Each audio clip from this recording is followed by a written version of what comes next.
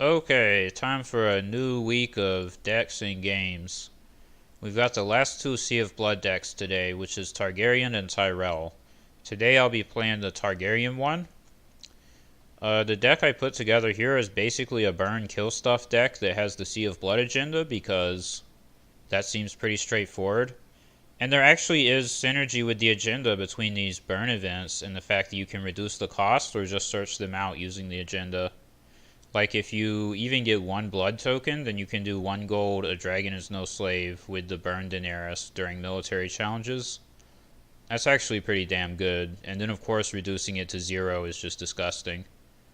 So that's basically what we're doing. It's a super scummy deck, but I do think this is obviously a direction, if not the direction, which it very well may be, for Targaryen Sea of Blood. And if I ever do Sea of Blood again, then I will not be using burn cards, because they're dumb. So figured I would just go ahead and get the Sea of Blood burn deck out of the way, play a few games with it, say that I did it. So yeah, I think the plot deck needs literally 0 explanation. Not the plot deck, rather the characters. I'm not sure about his star actually, but if I don't use him, I'm just not sure what else to use in this spot. Like, there's actually not that many other big or efficient military icons that I can think of. I guess I could be using the Dothraki dudes that cost 5 and go up to 10 strength when your hand is empty. That would be a possibility. But I like his star. He's just going to sit there for now. I've got 3 milks because I want to use exchange of information. I should probably have a single Plaza of Pride in here somewhere. Maybe that will go in over one of the Murines in an updated version of the deck. That was something I was thinking about, and I sort of forgot to go in and redo it. But yeah, I really don't think this needs any explanation. The plots don't need that much explanation either. I don't know about You Win or You Die, obviously not one of my favorite plots, but it's more acceptable in Targaryen to me because you run out of cards fast in Targaryen. And if you have Murine, then you don't care about reserve anyways, so that makes it a lot more like usable. Dohaeris might be questionable, but honestly, like you're not, as Targaryen, I think it's fine to use it. You're not that super reliant on your big characters. Like, they can do a lot of work for you, but they're not your win condition by themselves like they are when you're a Greyjoy, let's say, or maybe Tyrell. And it's not that super important to have multiple of them out together. It's fine to just sort of have one out there doing work. And if you have to like hold one back or get rid of one or something, it's okay to play Valar Dohaeris. I definitely think you want to have this plot in when you can because there's so much Greyjoy right now. Like, if the meta was not so Greyjoy heavy, then maybe Dohaeris would not be correct. But I think it's important to have when like literally half your games or more are going to be against Greyjoy.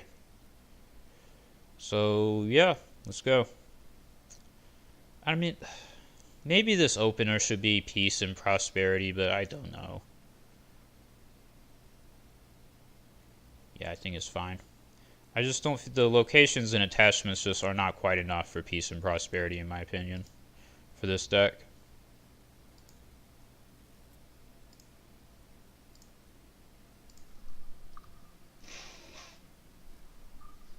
Oh, it's Greyjoy. What a shocker. At least it's Targaryen Greyjoy. That's a little interesting. Oh, man. I've got Crown of Gold and 3 Rose Roads. That's like so juicy. I guess I'll just do it. And if he has March, then shoot me. But if he doesn't, this should be okay. Really starting with the Crown of Gold is what seals the deal. It's so good.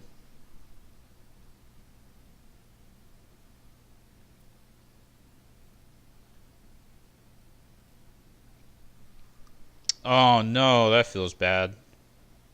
He's not going to be very happy about that. Let's hope for no summer harvest. Okay, that's fine.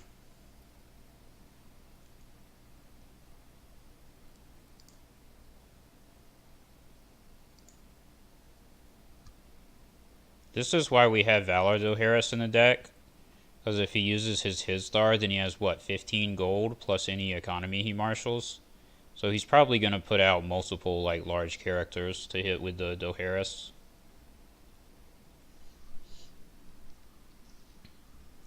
Man, this hand is econ heavy. Look at that. I drew, like, all my economy in the entire deck. That's crazy.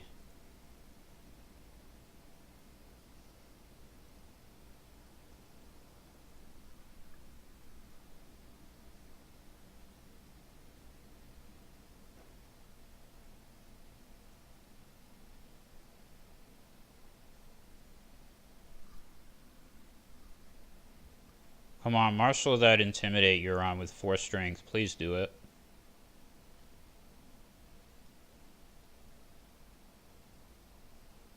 You got 8 gold, man. Why did you play trading if you're not going to marshal another big dude?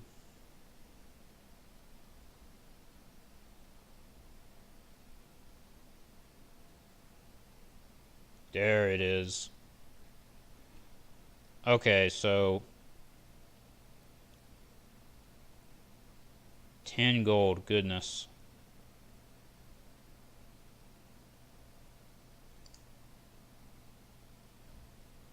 I don't know if I should marshal Daenerys. Honestly, might not should even marshal her. Or the Crown of Gold, because I know I'm going to do Dohaeris next turn.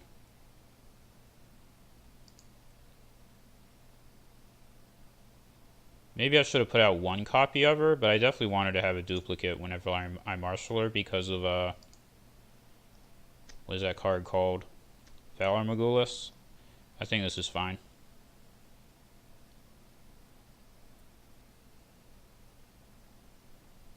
I guess putting 3 gold on these guys was kind of a waste, huh? They're going to die to military claim.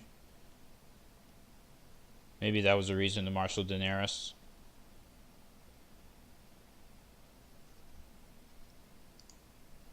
Don't get my crown. Of course, it's going to get the crown. I can already feel it coming. Oh. That's a little sad, but okay.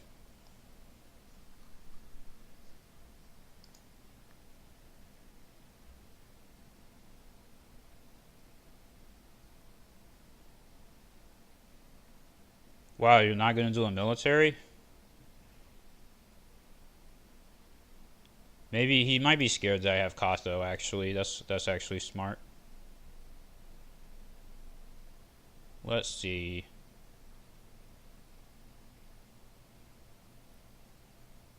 Yeah, let's just do this.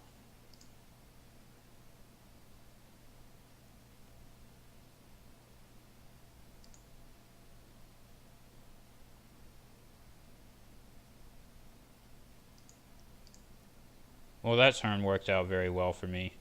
Because he, like, totally wasted these big characters that he marshaled. And now I'm going to play Dohaeris. And they're basically going to go away. Let's see which one of them that he keeps. If he keeps his star, I'm going to laugh. But he probably will not. And that's the reason that I'm holding the crown and didn't play it this turn. Because his star is going to go away to this Dohaeris anyways. At least that's the plan here.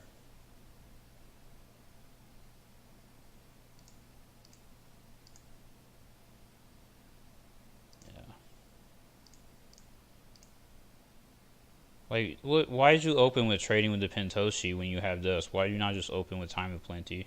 I guess because he didn't start with any economy. He got spooked, but he started with his Dar, so I really don't think he needed to do trading with the Pentoshi and barf out 2 of his big guys right into this second turn Dohaeris.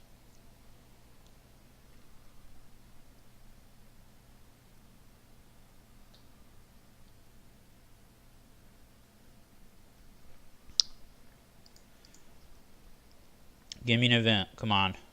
Oh, well, no events, but these are still pretty good.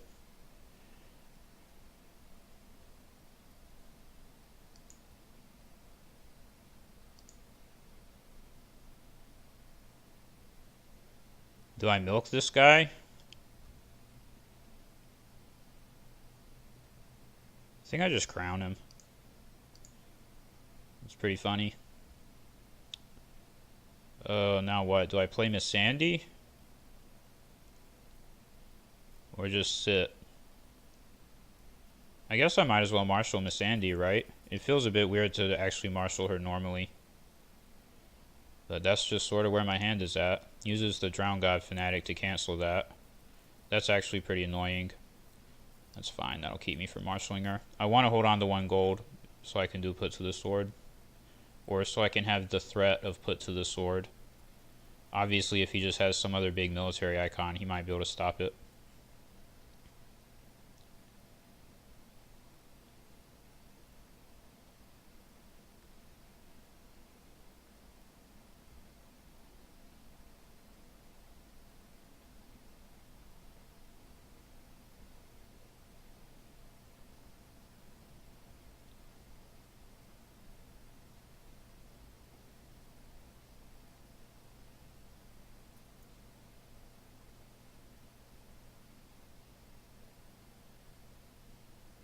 I really think he should not have spent his Drown God Fanatic on Targaryen Loyalist.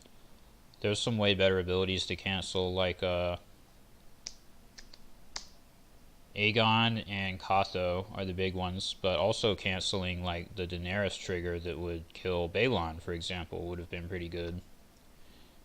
But maybe he has another one in his hand, so he just doesn't care. Wow, so he seriously did not have any other big characters, and he just played them all on the first turn with trading with the Pentoshi. That's so bad.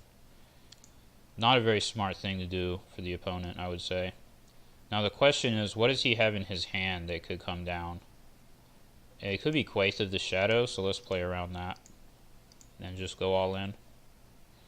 The most efficient is to attack with the Second Sons and get the trigger, but I prefer being safe.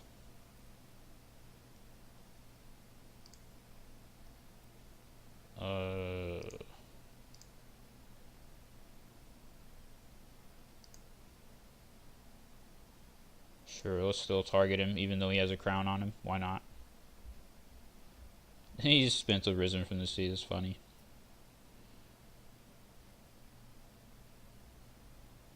To be fair, he probably has...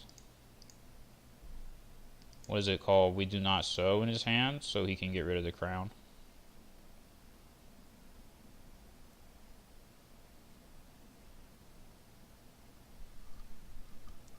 Which, that's fine. Oh, gifts for the Widow. What is this?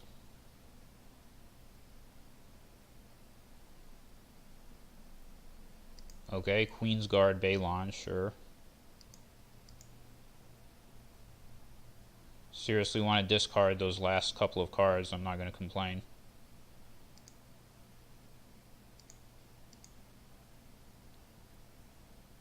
Oh no, we do not sow. Well, that's handy.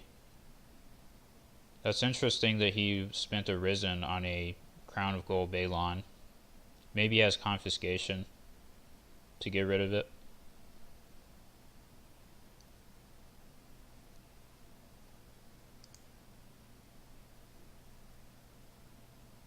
Come on, give him a Sandy. You can do it. Oh, look at that. Got him.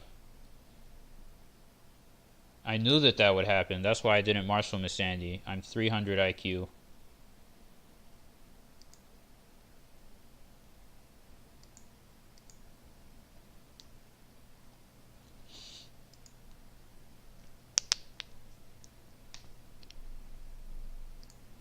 Alright. The only card that I have left that really costs gold is Daenerys. And I don't have any events, so let's just do exchange. That's probably the right thing to do here. Let's see if he does like you win or you die. Maybe the one that takes a location. We take Westeros. Get his Great Hall back.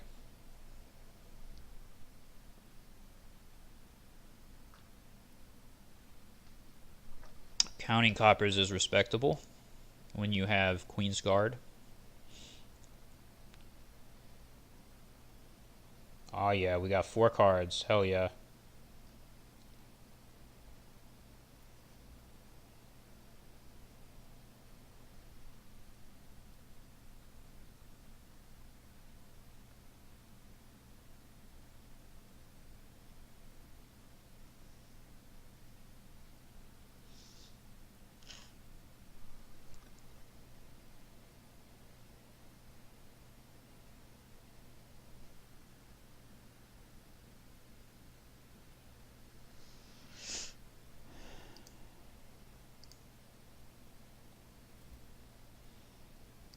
Still no burn events, but burn events are for chumps anyways.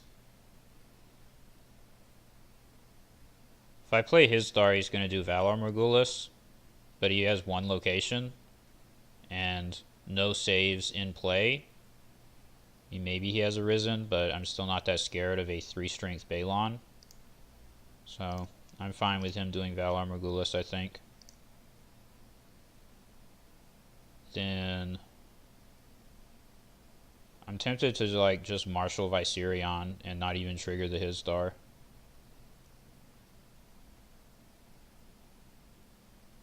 Playing Daenerys would definitely be an overcommitment, I think.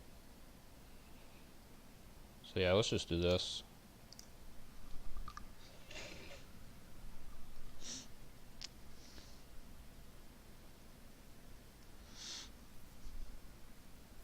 I mean, if I had like a dragon as no slave, then maybe Daenerys. I probably would play Daenerys over his star if I had any events to really combo with her, but I don't, so.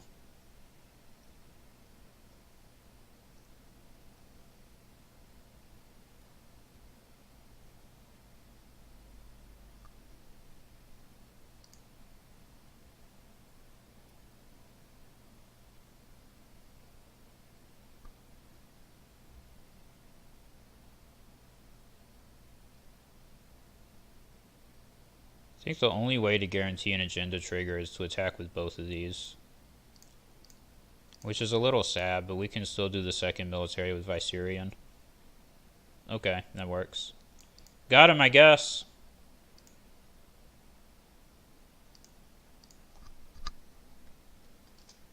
I blame my opponent for poor play, opening trading with the Pentoshi, not having any locations, and playing like all the good characters in his hand. And just like, please use Valar Dohaeris, just begging me to do it. So he kind of walked into that one, even though my draws were not that great either.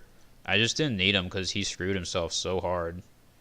I mean, even the Crown of Gold didn't even kill Balon. It wasn't as effective as it normally is.